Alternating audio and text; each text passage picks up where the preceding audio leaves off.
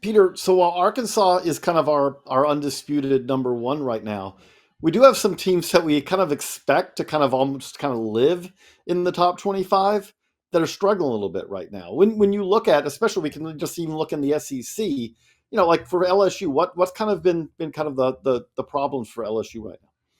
Yeah, with LSU, it's been surprising. Everyone knew coming into this year that they lost both a lot of talent, obviously starting with Dylan Cruz and Paul Skeens, but they also lost so much leadership from that locker room and that clubhouse. Skeens, Dylan Cruz, Cade Beloso. There are so many guys that were invaluable pieces that they had to replace, and they're irreplaceable guys.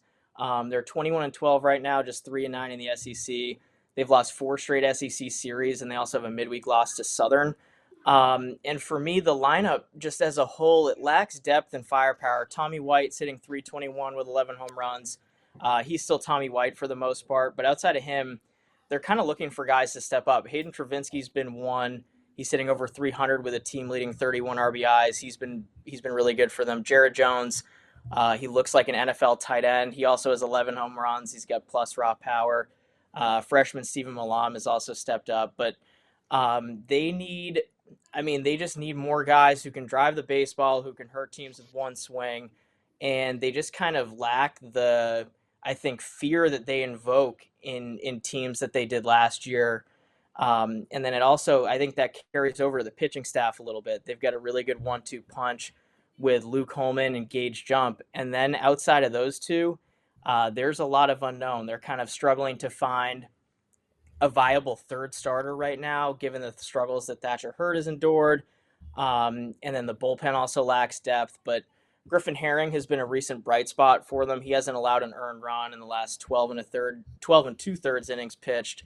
And then freshman Cade Anderson, he's a really good one for him, and he's going to continue to be a really good one for him. But they kind of just lack depth and firepower across the board. And they take on number 4 Tennessee this weekend before a couple of lighter series against Missouri and Auburn. And this weekend kind of, you can't really call it a must win at this stage, but this feels like a really important one for LSU to have if they want to build up some momentum here as we head into the final stretch of the regular season.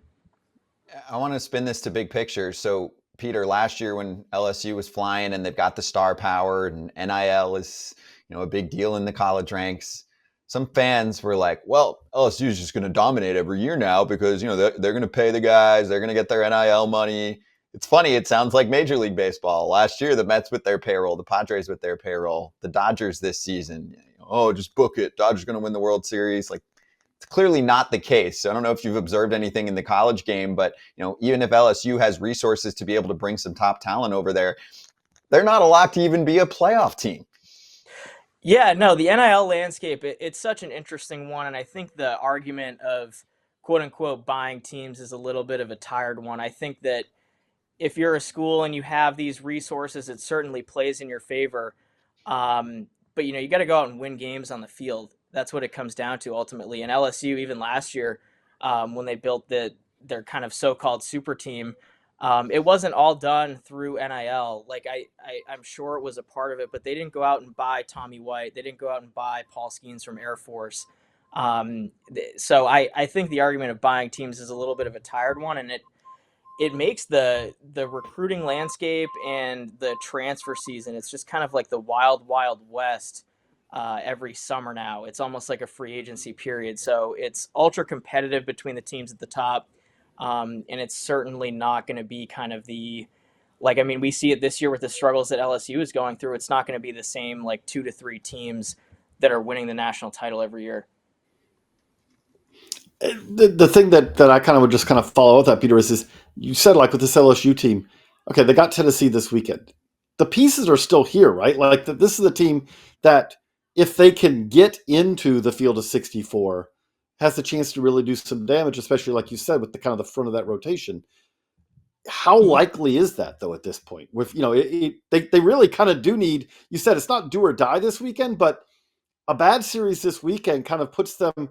If you don't make the SEC tournament, then you are really going to be facing kind of an almost impossible path. Oh yeah, if you don't make the SEC tournament, that's a doomsday scenario. They're almost inevitably not going to make the tournament at that point. But this weekend feels like a big one because even if they if they lose this series at Tennessee, they're looking at best 4-11 in the SEC with 5 series left. And like I said, they go into a little bit of a lighter stretch with Missouri and Auburn coming up, but still, there are no easy series in the SEC. So if they can go to Lindsey Nelson Stadium and kind of pull a rabbit out of their hat, that's going to play. It's going to be so huge for them, both from a resume standpoint and then also a momentum building and confidence standpoint going forward, because it could kind of be a little bit of a turning point weekend, a little bit like what I thought last weekend was for Wake Forest. They go on the road and notch a top 20 sweep of Virginia Tech. If they can go to Tennessee and leave Knoxville with a top 5 series win, I think they could really get rolling, because as you mentioned, they do have the personnel. It's not as talented and it's not as deep of a group as last year's national championship team. It was going to be impossible to replicate that kind of depth and talent, but they do have pieces, and no one is going to be sitting there on selection Monday being happy that they got LSU in their region or be happy that they're going to Baton Rouge. It is a team that no one is going to want to play. Peter, good stuff. Thanks for chiming in. Appreciate you. Absolutely. Thanks for having me on.